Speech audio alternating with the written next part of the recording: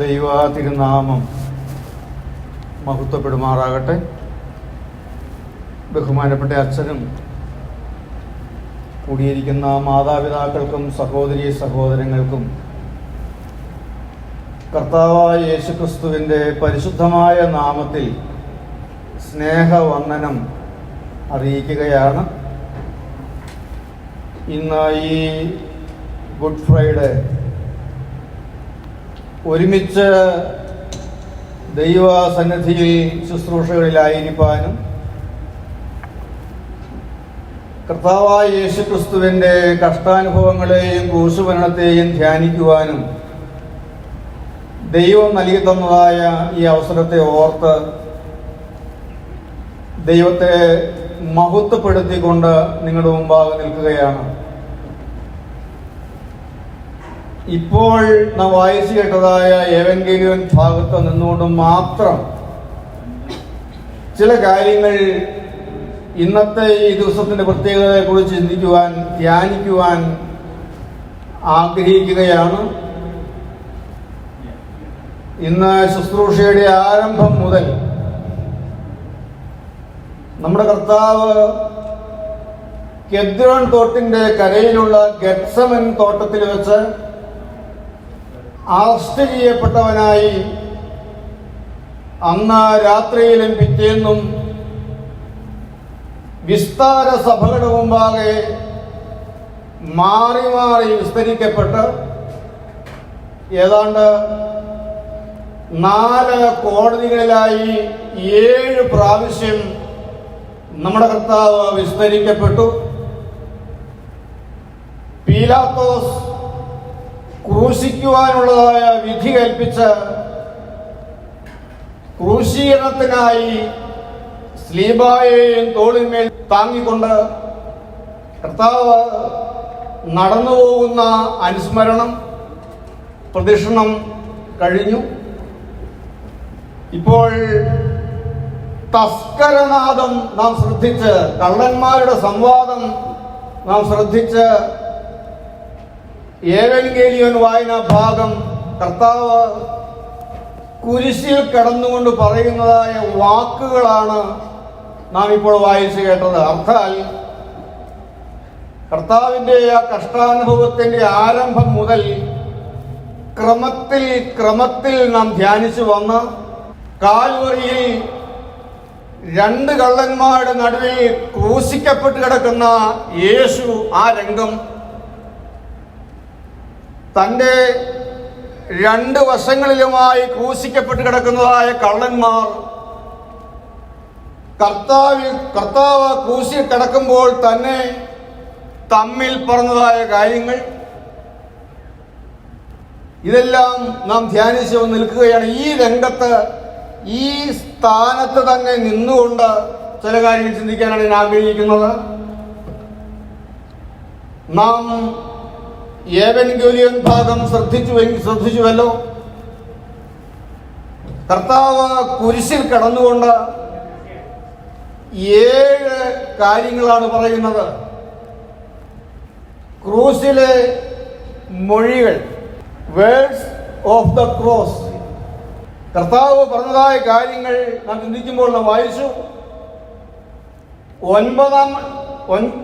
6 മണി നേരം മുതൽ 9 മണി നേരം വരെ ദേശത്തെല്ലാം അന്ധകാരമുണ്ടായി.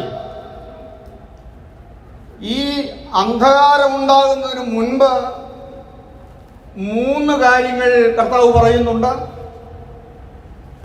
അന്ധകാരത്തിൽ കിടന്നുകൊണ്ട് ഒരു കാര്യം കർത്താവ് പറയുന്നുണ്ട്. അന്ധകാരത്തിന് ശേഷം 3 കാര്യങ്ങൾ നമ്മുടെ കർത്താവ് പറയുന്നുണ്ട്. കർത്താവ് ക്രൂശിക്കപ്പെട്ട് കിടക്കുമ്പോൾ ഒന്നാമതായി കർത്താവ് പറയുന്നതായ വാക്കുകൾ നാം ശ്രദ്ധിക്കുമ്പോൾ, തന്നെ ക്രൂശിച്ചവരെല്ലാം ക്രൂശിന്റെ ചുവട്ടിൽ നിൽക്കുന്നത് യേശു കാണുന്നുണ്ട്. അതിവേദനയോടെ ക്രൂശിൽ കിടക്കുകയാണ്. തന്നെ ഉപദ്രവിച്ചവര്, തന്നെ അടിച്ചവര്, തൻ്റെ മുഖത്ത് തുപ്പിയവര് ഒരുപക്ഷെ ഓരോരുത്തരുടെയും മുഖങ്ങളിലേക്ക് യേശു നോക്കുന്നുണ്ടാകാം. നമ്മുടെ കർത്താവിന് അവരോടെല്ലാം സ്നേഹം മാത്രമാണുള്ളൂ. അവൻ കൃപാലുവാണ്. ആരോടും വൈരാഗ്യം അവനില്ല. തന്നെ ഉപദ്രവിച്ചവരെയും സ്നേഹിക്കുന്നവനായ യേശു അവർക്ക് വേണ്ടി പിതാവിനോട് പ്രാർത്ഥിക്കുന്നതായ ഒരു പ്രാർത്ഥനയാണ് കർത്താവ് പറയുന്ന ആദ്യത്തെ വാക്കുകൾ. പിതാവേ, ഇവർ ചെയ്യുന്നത് ഇന്നത് എന്നിവർ അറിയാകയാൽ ഇവരോട് ക്ഷമിക്കണമേ. കർത്താവ് ഓരോരുത്തരുടെയും മുഖത്തേക്ക് നോക്കുമ്പോൾ കർത്താവ് കാണുന്നുണ്ട് അവർ എന്തെല്ലാമാണ് അവനെ ചെയ്തത് എന്നവനറിയാം. ഒരു ദയയുമില്ലാതെ ഉപദ്രവിച്ചവർ, ഒരു കരുണയുമില്ലാതെ വേദനിപ്പിച്ചവർ. ഓർക്കണം, വിസ്താര സഭകളിൽ മാറി മാറി വലിച്ചഴക്കപ്പെടുമ്പോൾ മഹാപുരോഹിതൻ അവനോടൊരു കാര്യം പറഞ്ഞപ്പോൾ കർത്താവ് മറുപടി പറയുന്നത് കേട്ട് ഒരുത്തൻ വന്ന് അവന്റെ ചെകിട്ടത്തടിച്ച് ഇങ്ങനെയാണോ മഹാപുരോഹിതനോട് സംസാരിക്കേണ്ടതെന്ന് ചോദിക്കുന്നുണ്ട്. ഒന്നും മിണ്ടിയില്ല. ചിലർ വന്നു അവന്റെ കണ്ണുപൊത്തി, പുറകിൽ നിന്ന് കണ്ണുപൊത്തി ചെകിട്ടത്തടിച്ചു, ദൈവോത്രനല്ലേ, നിന്നെ തല്ലിയ എന്റെ പേര് പറയുക എന്ന് പറഞ്ഞു. മിണ്ടിയില്ല. വേണമെങ്കിൽ അവന്റെ 1000 തലമുറയുടെ പേര് പറയുവാൻ അറിയുന്നവനാണ് നിൽക്കുന്നത്. മിണ്ടിയില്ല. ചിലർ വന്നു അവന്റെ മുഖത്ത് തുപ്പി, അവന്റെ മുഖത്ത് രോമം വലിച്ച് പിഴുതെടുത്തു, ചമ്മട്ടി കൊണ്ട് അവനെ അടിച്ചു. അവന്റെ ശരീരം ഉഴവുചാലുപോലെ കീറി മുറിയപ്പെട്ടു. വേദന കൊണ്ട് അവൻ പുളഞ്ഞു. നിന്ദിക്കാനും ഉപദ്രവിക്കുവാനും മാത്രം ആളുകൾ. അവന്റെ അരികിൽ വന്നവർ എന്തെല്ലാം അവനെ ചെയ്യാൻ തോന്നിയോ അതെല്ലാം അവർ അവനെ ചെയ്തു. തല്ലാൻ തോന്നിയവൻ തല്ലി, തുപ്പാൻ തോന്നവൻ തുപ്പി, അടിക്കാൻ തോന്നിയവൻ അടിച്ചു. എന്തെല്ലാം ചെയ്യാൻ തോന്നിയോ അതെല്ലാം ചെയ്തു. തല്ലല്ലേ എന്ന് പറഞ്ഞ് തടുക്കാൻ അവിടെ ഒരാൾ പോലും ഉണ്ടായിരുന്നില്ല. അവന്റെ മേൽ ക്രൂശീകരണത്തിനുള്ളതായി വിധി കൽപ്പിച്ചു. റോമൻ പടയാളികൾ കർത്താവിനെ ക്രൂശീകരിക്കുന്നതിന് വേണ്ടി കൊണ്ടുപോവുകയാണ്. സ്ലീബായെയും തോളിന്മേൽ താങ്ങിക്കൊണ്ട് കോട്ടയെ വിട്ട് പുറപ്പെട്ടു. ആ മരക്കുരിശിന്റെ ഭാരം താങ്ങാൻ കെൽപ്പില്ലാത്തവനായി പലവട്ടം വേച്ച് വീഴുന്നുണ്ട്. ഒടുവിൽ ഒരുപക്ഷെ ആ ക്രൂശ് താങ്ങിക്കൊണ്ട് തലയോടിനർത്ഥമുള്ള ഗോൽഗോഥാ കുന്നിന്റെ മുകളിൽ എത്തുവാൻ സാധിക്കുമോ എന്ന് സംശയിച്ചിട്ടാകാം വയലിൽ നിന്ന് വരുന്നവനായ കുറേനക്കാരനായ ശീമോനെ കണ്ട്, നല്ല ആരോഗ്യമുള്ള ഒരു പുരുഷൻ, റോമൻ പടയാളികൾ കർത്താവിന്റെ ക്രൂശ് താങ്ങുവാൻ, ചുമക്കുവാൻ അവനെ നിർബന്ധിച്ചു. ശീമോന്റെ താങ്ങലോടെ ആ ക്രൂശ് വഹിച്ചുകൊണ്ട് കർത്താവ് ആ കാൽവരിക്കുന്നിന് മുകളിൽ 3 ആണികളിന്മേൽ അവർ അവനെ ക്രൂശിൽ തറച്ചു. ആ കുരിശ് ഉയർത്തി 2 കള്ളന്മാരുടെ നടുവിലായി അവനെ ക്രൂശിച്ചു. ക്രൂശിന്റെ ചുവട്ടിൽ നിൽക്കുന്ന ഉപദ്രവിച്ചവരെ ഓരോരുത്തരെയും യേശു മാറി മാറി നോക്കി. എല്ലാവരോടും അവന്റെ ഹൃദയത്തിൽ നിന്ന് സ്നേഹം തുളുമ്പി തുളുമ്പി വരികയാണ്. ഒരു പ്രാർത്ഥന. 1-ാമത്തെ വാക്കുകൾ, പിതാവേ, ഇവർ ചെയ്യുന്നത് ഇന്നത എന്നറിയാകയാൽ ഇവരോട് ക്ഷമിക്കണമേ. എളിമയോടെ പറയട്ടെ, നാം ആരെല്ലാം എപ്പോഴെല്ലാം ക്രിസ്തുവിന്റെ ക്രൂശിന്റെ ചുവട്ടിൽ വന്നു നിൽക്കുന്നുണ്ടോ എപ്പോഴെല്ലാം ആരെല്ലാം എവിടെയെല്ലാം ക്രിസ്തുവിന്റെ കുരിശിന്റെ ചവിട്ടിൽ വന്നു നിൽക്കുന്നുവോ അവർക്ക് വേണ്ടി എല്ലാം ഇന്നും നമ്മുടെ കർത്താവിന്റെ ഈ മഹാപൗരോഹിത്യ പ്രാർത്ഥന നിൽക്കുന്നു. ഏത് കുടുംബാവിയാണെങ്കിലും, എത്ര വലിയ ഭാവിയാണെങ്കിലും, ഇനി അറിഞ്ഞുകൊണ്ട് ചെയ്ത പാവമാണെങ്കിലും, അങ്ങനെയാണ് അപ്പോസ്തലൻ പറയുന്നത്. അറിയായ്മയുടെ കാലങ്ങളെ ദൈവം ഗണ്യമാക്കാതെ ഇപ്പോൾ എല്ലായിടത്തും എല്ലാവരും മാനസാന്തരപ്പെടണമെന്ന് ദൈവം മനുഷ്യരോട് കൽപ്പിക്കുന്നു. ഒരു പാപി കുരിശിന്റെ അരിയിലേക്ക് കടന്നു വരുമ്പോൾ അവൻ എങ്ങനെ പാപം ചെയ്തവനാണെങ്കിലും അവന്റെ ജീവിതത്തിലെ പാപങ്ങളെല്ലാം അറിയായ്മയുടെ കാലങ്ങളെണ്ണി ഇളച്ചു കൊടുക്കുന്ന സ്നേഹത്തിന്റെ കീഴിലാണ് നാം കടന്നു വന്നിരിക്കുന്നത്. അതുകൊണ്ട് ഏത് പാപിക്കും ക്രിസ്തുവിന്റെ കുരിശിന്റെ ചുവട്ടിൽ പാപക്ഷമയുണ്ട്. ഈ പ്രാർത്ഥന ഇന്നും നിൽക്കുന്നു. ഒന്നാമത്തെ വാക്കുകൾ. രണ്ടാമത്തെ കാര്യം, കർത്താവ് തൻ്റെ അരികിൽ കിടക്കുന്നതായ ആ കള്ളന്മാർ, രണ്ട് കള്ളന്മാരുടെ നടുവിലാണ് കർത്താവ് തൂക്കപ്പെട്ട് കിടക്കുന്നത്. രണ്ട് കള്ളന്മാരും ആദ്യം അവനെ ദുഷിക്കുകയാണ്. ദുഷ്പ്രവർത്തിക്കാർ രണ്ടുപേരും അവനെ ദുഷിച്ചു എന്നാണ് നാം വായിക്കുന്നത്. എന്നാൽ ഒരു കള്ളൻ കാര്യങ്ങളെല്ലാം കണ്ടപ്പോൾ, എല്ലാം ശ്രദ്ധിച്ചപ്പോൾ അവന് കാര്യം മനസ്സിലായി. ആ കള്ളൻ കർത്താവിൻ്റെ നേരെ നോക്കി മറ്റേ കള്ളനോട് പറയുന്നുണ്ട്, നാം ന്യായമായ ശിക്ഷ അനുഭവിക്കുന്നു, ഇവനോ അരുതാത്തതൊന്നും ചെയ്തിട്ടില്ല. ആ കള്ളൻ യേശുവിനെ നോക്കി. ഈ കള്ളൻ ഇടത്ത് ഭാഗത്തെ കള്ളനെന്നോ വലത്ത് ഭാഗത്തെ കള്ളനെന്നോ വേദപുസ്തകത്തിൽ പറയുന്നില്ല. എന്നാൽ നാം മനസ്സിലാക്കുവാനും ധ്യാനിക്കുവാനും തക്കവണ്ണം സൗകര്യാർത്ഥം ഇടതുവശത്തെ കള്ളനെന്നും വലത്തുവശത്തെ കള്ളനെന്നും നാം പറയുന്നു, തെറ്റില്ല. ഇടതുവശത്തെ കള്ളൻ അവനെ ദുഷിക്കുമ്പോൾ വലത്തുവശത്തെ കള്ളൻ അവനെ ഏറ്റു പറയുന്നു. ഈ തസ്കരവാദം നാം ശ്രദ്ധിക്കുമ്പോൾ ഒരു ഭാഗത്ത് ഇങ്ങനെ പറയുന്നുണ്ട്, ഈ കള്ളൻ, വലത്തു ഭാഗത്തെ കള്ളൻ ഇടത്തു ഭാഗത്തെ കള്ളനോട് ഒരു വാക്കിങ്ങനെ പറയുന്നുണ്ട്, കർത്തൃവചസാം താക്കോലാൽ ഞാൻ ഏദൻ തോട്ടം പോകും. വീണ്ടും ഈ കള്ളനോട് പറയുന്നുണ്ട്, നീ തെറ്റിപ്പോയി, തെറ്റ് ഇവനിൽ ആരോപിച്ച് എന്നെ തെറ്റിക്കാൻ നീ നോക്കണ്ട എന്ന്. കർത്തൃവചസാം താക്കോലാൽ ഞാൻ ഏദൻ തോട്ടം പോകും, നീ തെറ്റിപ്പോയി, തെറ്റിയവനിൽ ചൂണ്ടി എന്നെ തെറ്റിക്കാൻ നീ നോക്കല്ലേ എന്ന്. ആ കള്ളൻ യേശുവിനെ നോക്കിക്കൊണ്ട് യേശുവിനോട് അവൻ തൊണ്ടയിടനെ കൊണ്ട് പറയുകയാണ്, നീ രാജ്യത്വം പ്രാപിച്ചു വരുമ്പോൾ എന്നെയും ഓർത്തുകൊള്ളണമേ എന്ന്. കർത്താവിന് മുഖം മെല്ലെ വലത്തോട് തിരിച്ചു.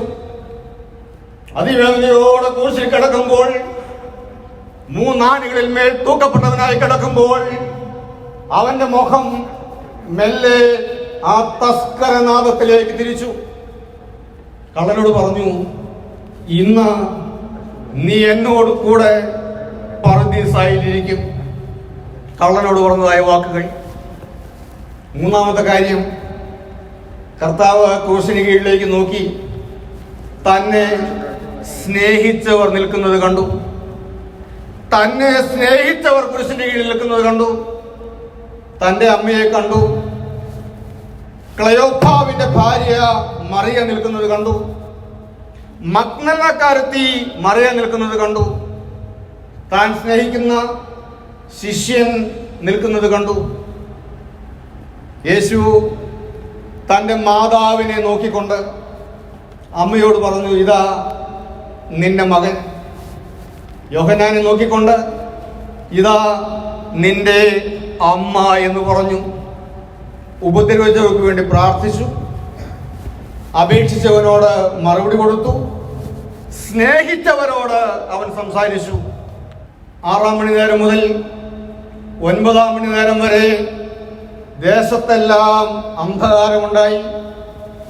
സൃഷ്ടിതാവിന് നഗ്നത കാണുവാൻ കഴിയാതെ സൃഷ്ടിയാൻ രവി കണ്ണുകൊത്തിയതായ സമയം ആ അന്ധകാരത്തിൽ കിടന്നുകൊണ്ട് നമ്മുടെ കർത്താവ് നിലവിളിക്കുന്നതായ ഒരു ശബ്ദം പിതാവിനോട് നിലവിളിക്കുകയാണ്. ഏലി ഏലി ലമ്മാ സബക്താനി, എൻ്റെ ദൈവമേ, എൻ്റെ ദൈവമേ, നീ എന്നെ കൈവിട്ടതായെന്ത്? പിതാവായ ദൈവവും തന്നെ കൈവിട്ടതായ സമയം നമുക്കറിയാം. എല്ലാവരും അവനെ കൈവിട്ടതവൻ അനുഭവമുണ്ട്. അവൻ സ്വന്തത്തിലേക്ക് വന്നു, സ്വന്തക്കാർ എല്ലാവരും അവനെ കൈവിട്ടു. ആരാണ് ഭൂമിയിലേക്ക് വന്നത്? സകലത്തിൻ്റെയും ഉടയവൻ ഭൂമിയിലേക്ക് വന്നു. സകലത്തിൻ്റെയും സൃഷ്ടിതാവ് ഭൂമിയിലേക്ക് വന്നു. ഒരു മനുഷ്യ ശിശുവായി ഈ ഭൂമിയിലേക്ക് വന്നു. വഴിയമ്പലത്തിൽ അവനെ കിടത്താൻ ഇടം കൊടുത്തില്ല. ഒരു പുൽത്തൊട്ടിയിൽ കീച്ചുശീലയിൽ പൊതിയപ്പെട്ട ഒരു മനുഷ്യ ശിശുവായി അവൻ കൈകാലുകൾ അടിച്ചു. ഉന്നതങ്ങളിലൊന്നും അവനെ കൈക്കൊണ്ടില്ല. ഉന്നതന്മാരാരും അവനെ സ്വീകരിച്ചില്ല. അവഗണനകൾ മാത്രം, ഒറ്റപ്പെടുത്തലുകൾ മാത്രം, ഉപദ്രവങ്ങൾ മാത്രം, നിന്ദയും ദുഷിയും മാത്രം കൂടെ നിൽക്കാൻ 10-12 ശിഷ്യന്മാരുണ്ടായിരുന്നു. എന്നാൽ അവൻ പിടിക്കപ്പെട്ടപ്പോൾ, അവൻ അറസ്റ്റ് ചെയ്യപ്പെട്ടപ്പോൾ ശിഷ്യന്മാരെല്ലാവരും അവനെ വിട്ട് ഓടിപ്പോയി. കരഞ്ഞില്ല, അതും അവൻ താങ്ങി. എന്നാൽ പാപികളായ എൻ്റെയും നിങ്ങളുടെയും പാപങ്ങൾ വഹിക്കപ്പെട്ടവനായി, പാപം എന്തെന്നറിയാത്തവന്റെ മേൽ പാപം ചുമത്തപ്പെട്ട് കിടക്കുമ്പോൾ പിതാവായ ദൈവം അവനെ കൈവിട്ടു. പിതാവ് അവനെ കൈവിട്ടത് അവന് താങ്ങാവുന്നതിലപ്പുറമായിരുന്നു. നിലവിളിച്ചു പോയി, വാവിട്ട് നിലവിളിച്ചു പോയി, എൻ്റെ ദൈവമേ, എൻ്റെ ദൈവമേ, നീ എന്നെ കൈവിട്ടതായെന്ത്? ഇന്ന് യേശുവിന്റെ ക്രൂശിലെ നിലവിളിയുടെ ശബ്ദം കേൾക്കുമ്പോൾ, അന്ധകാരത്തിൽ കടന്നുകൊണ്ട്, ഇരുളിൽ കടന്നുകൊണ്ട്, ഭൂവാകെ ഭ്രമിച്ചു നിൽക്കുമ്പോൾ, കൈവിടപ്പെട്ടവനായ പുത്രൻ നിലവിളി ശബ്ദം കേൾക്കുമ്പോൾ ഒരു സത്യം നാം മനസ്സിലാക്കണം. ഞാനും നിങ്ങളും തള്ളപ്പെട്ടു പോകേണ്ട സ്ഥാനത്ത്, ഞാനും നിങ്ങളും കൈവിടപ്പെടേണ്ടതായ സ്ഥാനത്ത്, എന്റെയും നിങ്ങളെയും കൈക്കൊള്ളേണ്ടതിന് വേണ്ടി, മക്കളാക്കി സ്വീകരിക്കേണ്ടതിന് വേണ്ടി പിതാവ് തൻ്റെ പുത്രനെ കൈവിട്ടതായ സമയം ദൈവത്തിന് മഹത്വം. അന്ധകാരത്തിന് ശേഷം 3 കാര്യങ്ങൾ കർത്താവ് പറയുന്നുണ്ട്. അതിൽ ഒന്ന് കർത്താവ് തനിക്ക് വേണ്ടി പറഞ്ഞ ഏക കാര്യമാണ്. 7 കാര്യങ്ങൾ പറഞ്ഞു. അത് 2 കാര്യങ്ങൾ പിതാവിനോട് പറഞ്ഞതായ കാര്യമാണ്. 4 കാര്യങ്ങൾ മനുഷ്യരോട് പറഞ്ഞതായ കാര്യമാണ്. 1 കാര്യം ഒരു പ്രഖ്യാപനമാണ്. 1 കാര്യം തനിക്ക് വേണ്ടി പറഞ്ഞ കാര്യമാണ്.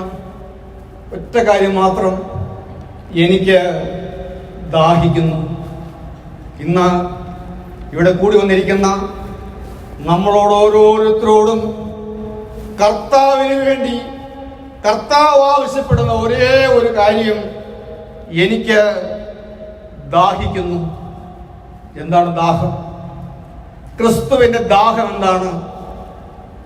നമുക്കറിയാം, അന്ന് ശമരിയ പട്ടണമായ സുഖാറിൽ യാക്കോബിന്റെ ഉറവിന്റെ അരികിൽ നട്ടുച്ച സമയത്ത് കർത്താവായിരിക്കുമ്പോൾ നല്ല വിശപ്പുണ്ട്, ദാഹമുണ്ട്. ആ സമയം ശിഷ്യന്മാർ ഭക്ഷണം വാങ്ങുന്നതിന് വേണ്ടി പട്ടണത്തിലേക്ക് പോയിരിക്കുകയാണ്. ശമരിയക്കാരി സ്ത്രീ വെള്ളം കോരാനായി ആ കിണറ്റിൻകരയിലേക്ക് വന്നു. യേശുവോട് ചോദിച്ചു, എനിക്ക് കുടിക്കാൻ തരുമോ? എനിക്ക് കുടിപ്പാൻ തരുമോ?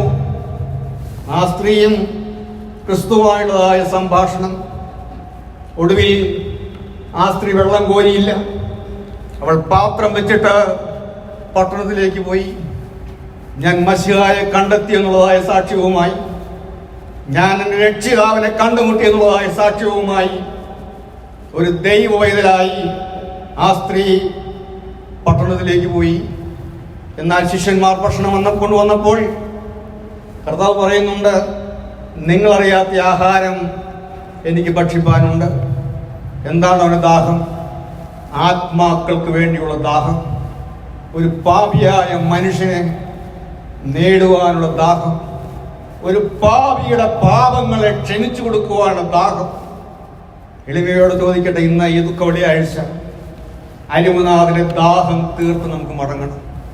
ഇപ്പോഴാണ് ഏത് പാപിയാണെങ്കിലും എങ്ങനെയെല്ലാം ജീവിച്ചവനാണെങ്കിലും, കർത്താവേ ഞാൻ നിന്റെ വകയെന്ന് പറഞ്ഞ് ആ സ്ത്രീ പാത്രം താഴെ വെച്ച് പോയതുപോലെ ജീവിതത്തിൽ ചിലതെല്ലാം താഴെയിട്ടിട്ട് ക്രിസ്തുവിന്റെ വകയായി നാം മാറുമ്പോൾ അവന്റെ ദാഹം മാറും. എനിക്ക് ദാഹിക്കുന്നു. ആറാമത്തെ കാര്യം, കർത്താവ് ക്രൂശിൽ കിടന്നുകൊണ്ട് ആറാമതായി പറഞ്ഞു, നിവൃത്തിയായി. ഒറ്റ വാക്ക്, നിവൃത്തിയായി. എന്തിനു വേണ്ടി താൻ ഈ ഭൂമിയിലേക്ക് വന്നുവോ, പിതാവായ ദൈവം എന്തിനു വേണ്ടി പുത്രനെ ഭൂമിയിലേക്ക് അയച്ചുവോ, എല്ലാം നിവൃത്തിയായി. മനുഷ്യന്റെ രക്ഷയ്ക്ക് വേണ്ടി, പാപിയുടെ രക്ഷയ്ക്ക് വേണ്ടി സ്വർഗീയ പദ്ധതികളെല്ലാം നിവൃത്തിയായി. എല്ലാം നിവൃത്തിയായി. ക്രിസ്തുവിന്റെ ക്രൂശ് മരണം ജയമായിരുന്നു. എല്ലാം നിവൃത്തിയായി. ഇത് പറഞ്ഞിട്ട്, പിതാവേ എൻ്റെ ആത്മാവിനെ തൃക്കൈയിൽ ഏൽപ്പിക്കുന്നു എന്ന് പറഞ്ഞ് ഉറക്കെ നിലവിളിച്ച് പ്രാണനെ വിട്ടു. ദൈവത്തിന്റെ മഹത്വം. ഇന്ന് നാം അവന്റെ ദാഹം തീർക്കുന്നവരായി മാറണം. എല്ലാം നിവൃത്തിയായി. നമ്മുടെ പാപത്തിന്റെ പരിഹാരത്തിന്, നമ്മുടെ രക്ഷയ്ക്ക്, നമ്മുടെ പാപവും ശാപവും എല്ലാം പൂർണ്ണമായി തീർത്തു തരുവാൻ എല്ലാം നിവൃത്തിയായി. കടങ്ങളുടെ മോചനത്തിനും പാപങ്ങളുടെ പരിഹാരത്തിനുമായി സ്വർഗീയ പദ്ധതിയെല്ലാം നിവൃത്തിയായി. ഒന്നും ബാക്കിയായില്ല. ദൈവത്തിന് മഹത്വം. ഞാൻ വായിച്ചിട്ടുണ്ട് ഒരു സംഭവം. ധനവാനായ സമ്പന്നനായ ഒരു ജന്മി ഉണ്ടായിരുന്നു. ലോർഡ്സ് കൺകൂട്ടൺ എന്നാണ് ഞാൻ പേര് വായിച്ചത്. ധനവാനായ ഒരു ജന്മി. അദ്ദേഹത്തെ കീഴിൽ ധാരാളം പാട്ടക്കാരുണ്ടായിരുന്നു. സ്ഥലങ്ങൾ ലീസിനെടുത്ത് കൃഷി ചെയ്യുന്നവർ, താമസിക്കുന്നവർ, അങ്ങനെ അനേകം പാട്ടക്കാർ ഈ ജന്മിക്കുണ്ടായിരുന്നു. ഒരു വിശ്വാസിയായിരുന്നു, ഒരു ദൈവവേദനായിരുന്നു, വിശ്വാസിയായിരുന്നു. തൻ്റെ പാട്ടക്കാരെല്ലാം ക്രിസ്തുവിനെ അറിയണമെന്ന് ഇദ്ദേഹം ആഗ്രഹിച്ചു. കടങ്ങളെല്ലാം ക്ഷമിച്ചു കൊടുക്കുന്ന യേശുവിന്റെ സ്നേഹം, എല്ലാ പാപങ്ങളും ക്ഷമിച്ചു കൊടുക്കുന്ന ക്രിസ്തുവിനെ, കടങ്ങളെല്ലാം ഇളച്ചു കൊടുക്കുന്ന ക്രിസ്തുവിനെ അനുഭവിക്കണമെന്ന് ആഗ്രഹിച്ചിരുന്നു. തൻ്റെ കടക്കാരോട് എല്ലാ സുവിശേഷം പറയും, കടങ്ങളെല്ലാം ഇളച്ചു കൊടുക്കുന്ന ക്രിസ്തുവിനെ കുറിച്ച് പറയും. എന്നാൽ അവർ എല്ലാം അത് നിഷേധിച്ചു.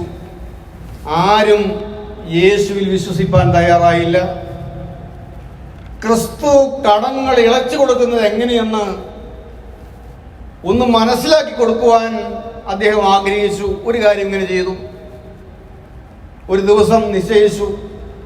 അന്ന് ആ ദിവസം 10 മുതൽ 12 വരെയുള്ളതായ സമയം മേയോ പട്ടണത്തിലുള്ള തൻ്റെ ഓഫീസിൽ താൻ ഉണ്ടാകുമെന്നും തങ്ങളുടെ ഡോക്യുമെന്റ്സ് എല്ലാമായി, കടച്ചീട്ടെല്ലാമായി തന്നെ കാണാൻ തൻ്റെ ഓഫീസിൽ വരുന്നവർക്ക് അവരുടെ കടങ്ങളെല്ലാം സൗജന്യമായി ഇളച്ചു കൊടുക്കുമെന്നൊരു വിളംബരം അദ്ദേഹം പ്രസിദ്ധമാക്കി. ആ വിളംബരം എല്ലാവരെയും അറിയിച്ചു. ആ ദിവസം വന്നു. ആ ഓഫീസിൽ അദ്ദേഹം ചെന്നു.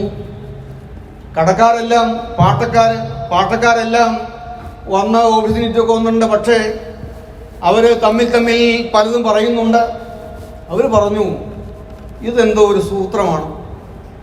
നമ്മളുടെ കയ്യിൽ നിന്ന് ഡോക്യുമെന്റ്സ് എല്ലാമായി ചെല്ലുമ്പോൾ നാം കൊടുക്കാനുള്ളതെല്ലാം അത് വാങ്ങാനുള്ള ഒരു വലിയ സൂത്രമാണത്. നമ്മളാരും ഈ സൂത്രത്തിൽ പെട്ടുപോകരുത്. ആരും ഓഫീസിനകത്തേക്ക് കയറി ചെന്നില്ല.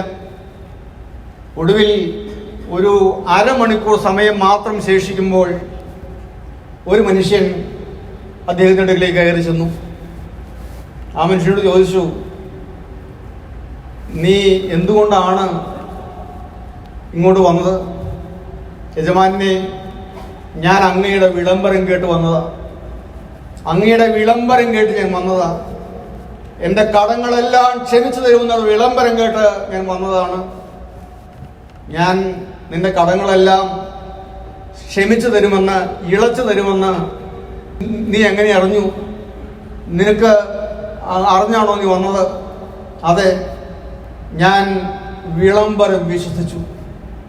അങ്ങ് ചെയ്ത വിളംബരം ഞാൻ വിശ്വസിച്ചു. നീ എന്തുകൊണ്ടാണോ വിശ്വസിച്ചത്? അങ്ങ് സാധുവിനെ ചതിക്കില്ലെന്ന് എനിക്കറിയാം. അദ്ദേഹത്തിൻ്റെ കയ്യിൽ നിന്ന് കടച്ചീട്ട് വാങ്ങി ഒപ്പുവെച്ചു. മുഴുവൻ കടവും അടച്ചു കൊടുത്തു. സന്തോഷത്തോടെ, അടക്കാനാകാത്ത സന്തോഷത്തോടെ ചാടി പുറത്തേക്ക് പോകാൻ നോക്കിയ ആ മനുഷ്യൻ തടുത്തു. വേണ്ട, 12 മണിക്ക് ശേഷം മാത്രമേ നീ വെളിയിൽ പോകാൻ പാടുള്ളൂ, അവിടെ ഇരിക്കുക എന്ന് പറഞ്ഞു.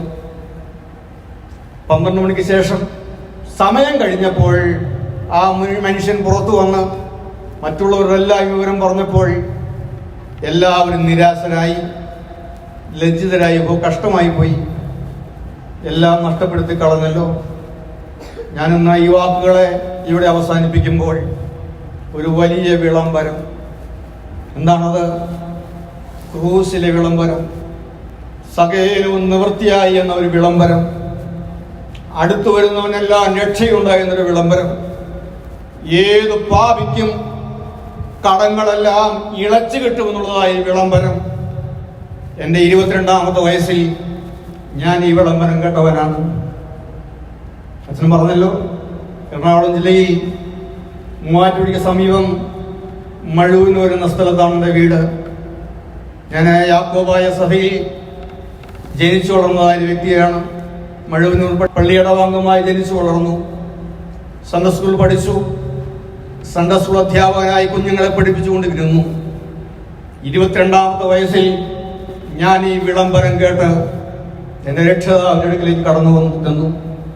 എൻ്റെ പാപങ്ങളെല്ലാം ക്ഷമിച്ചു കിട്ടിയത് എൻ്റെ ജീവിതത്തിൽ അനുഭവിച്ചപ്പോൾ ഇത് മറ്റുള്ളവരോട് അറിയിക്കുവാനുള്ള ഒരു കൊതി എൻ്റെ ഉള്ളിലുണ്ടായി. അങ്ങനെയാണ് സുവിശേഷ വേലയ്ക്ക് വേണ്ടി ജീവിതം സമർപ്പിച്ചത്. കർത്താവിൻ്റെ വേലയ്ക്ക് വേണ്ടി മുഴുവൻ സമയവും സുവിശേഷ വേലയ്ക്ക് വേണ്ടി സമർപ്പിച്ചിറങ്ങി ഞാനും എൻ്റെ ഭാര്യ ഷൈജിയും. ഞങ്ങൾ കുടുംബമായി സുവിശേഷ വേല ചെയ്തുകൊണ്ടിരിക്കുമ്പോഴാണ് ഏതാണ്ട് 1.5 വർഷങ്ങൾക്ക് മുമ്പ് ഇവിടേക്ക് കടന്നു വരാനിടയായത്. എത്രയോ സ്ഥലങ്ങളിൽ പോയി, കേരളത്തിനകത്തും പുറത്തും അനേകം പള്ളികളിൽ പോയി താമസിച്ച് ഞങ്ങൾ സുവിശേഷ വേല ചെയ്തു. ഒറ്റക്കാര്യം മാത്രം, ഇന്ന് ആ സമയം തീർന്നിട്ടില്ല. ആ വിളംബരത്തിൻ്റെ സമയം തീർന്നിട്ടില്ല. ഇത് അറിയിക്കാനുള്ള നിയോഗം കിട്ടി. എല്ലാ പാവവും ക്ഷമിച്ചു തരുന്ന യേശുവിൻ്റെ സ്നേഹം. ഈ ദുഃഖ വെള്ളിയാഴ്ച ഒറ്റക്കാര്യം മാത്രം. എന്തിനു വേണ്ടിയാണ് കർത്താവ് ഘോഷിക്കപ്പെട്ടത്? വിശ്വാസ പ്രമാണത്തിൽ ഒറ്റ വാക്കിൽ ഇത് പറയുന്നുണ്ട്. പാപികളായ നമുക്കും നമ്മുടെ രക്ഷയ്ക്കും വേണ്ടി സ്വന്തം ഇഷ്ടപ്രകാരം സ്വർഗത്തിൽ നിന്ന് ഇറങ്ങി വന്നു. വിശുദ്ധ കന്യാമറിയാമിൽ നിന്ന് ശരീരിയായി തീർന്നു, മനുഷ്യനായി. പൊന്തിയോസ് പീലാത്തോസിന്റെ ദിവസങ്ങളിൽ നമുക്ക് വേണ്ടി താൻ ക്രൂശിൽ തറയ്ക്കപ്പെട്ടു, കഷ്ടത അനുഭവിച്ചു. സംഭവിച്ചു, മരിച്ചു, അടക്കപ്പെട്ടു, മൂന്നാം ദിവസം ഉയർത്തെഴുന്നേറ്റു. ഇനി അവൻ മടങ്ങി വരും. ഈ സമയം തീരുന്ന ഒരു ദിവസമുണ്ട്. കൃപയുടെ വാതിൽ അടയുന്ന ഒരു ദിവസമുണ്ട്. വിളംബരത്തിന്റെ കാലം കഴിയുന്ന ഒരു ദിവസമുണ്ട്. സുവിശേഷത്തിന്റെ വിളംബരം കേട്ട് ക്രിസ്തുവിന്റെ അരിയിൽ വന്ന് കടങ്ങളെല്ലാം ഇളച്ചു കിട്ടുന്ന ഒരു അനുഭവം ഇന്ന് പ്രാപിച്ചു മടങ്ങുവാൻ ദൈവം നമ്മെ സഹായിക്കട്ടെ എന്നുള്ളതായ പ്രാർത്ഥനയോടുകൂടെ വാക്കുകളെ നിർത്തുന്നു. അവസരം തന്ന ബഹുമാനപ്പെട്ട അച്ഛനും മറ്റ് പ്രിയപ്പെട്ട എല്ലാവർക്കും ഉള്ളതായ നന്ദി ഒറ്റവാക്കിൽ അറിയിക്കുന്നു. ദൈവനാമം മാത്രം മഹത്വപ്പെടുമാറാകട്ടെ.